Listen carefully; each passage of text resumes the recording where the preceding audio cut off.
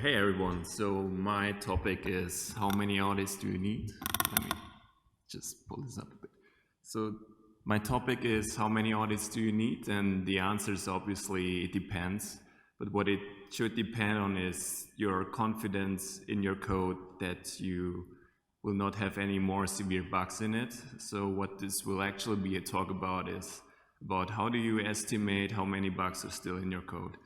And for that, we can look at several things. For example, one interesting statistic is to think about what percentage of issues does a single individual auditor actually find. And now we live in a time of public audit contests like Code Arena or Sherlock, and we can just do some analysis on that. So what I did is I looked at all high severity issues of Sherlock, and then I checked what percentage of these issues have been found by the lead Watson there.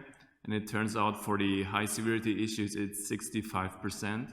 And for medium severity issues, it's just 40%. And I think there's a huge difference between that because it's a lot more debatable what is a medium severity issue. Maybe sometimes a low gets counted as a medium, or even a non-issue slips past the judge somehow. So I think this high severity issue number of 65% is more interesting.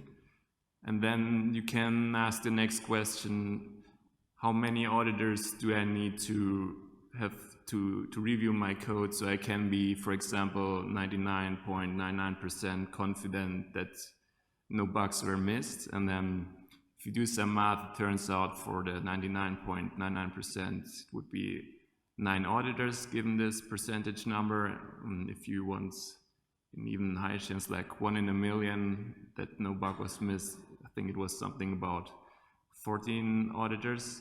So if you get an audit from an auditing company and they have like 3 auditors on it, you would expect to need like 3 to 5 audits to like have a good coverage of the code.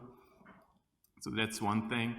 And another thing you can do is, if you want to check how many bugs are still in your code and how good your auditors actually are, is you inject bugs in your code yourself and then you give it to your auditor. So for example, you're about to get an audit, then you inject 10 bugs, you give it to your auditor, and then the audit comes back, and let's say the auditor found 5 out of the 10 bugs that you injected, but they also found 3 bugs that were previously unknown to you, right? And so you see that this auditor has like a hit chance of 50%, but they also found 3 unknown bugs to you, so you would imagine there are probably still more unknown bugs in the code. And this way you can see, are there still more unknown bugs in the code, and should I get another audit or not?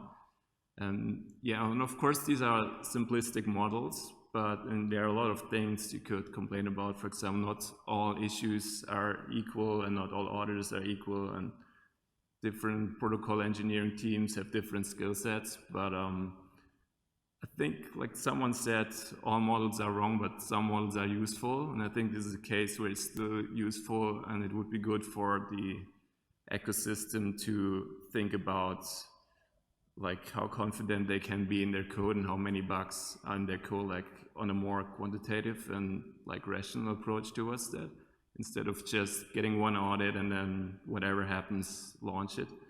So that's these are my quick thoughts on this. Thank you.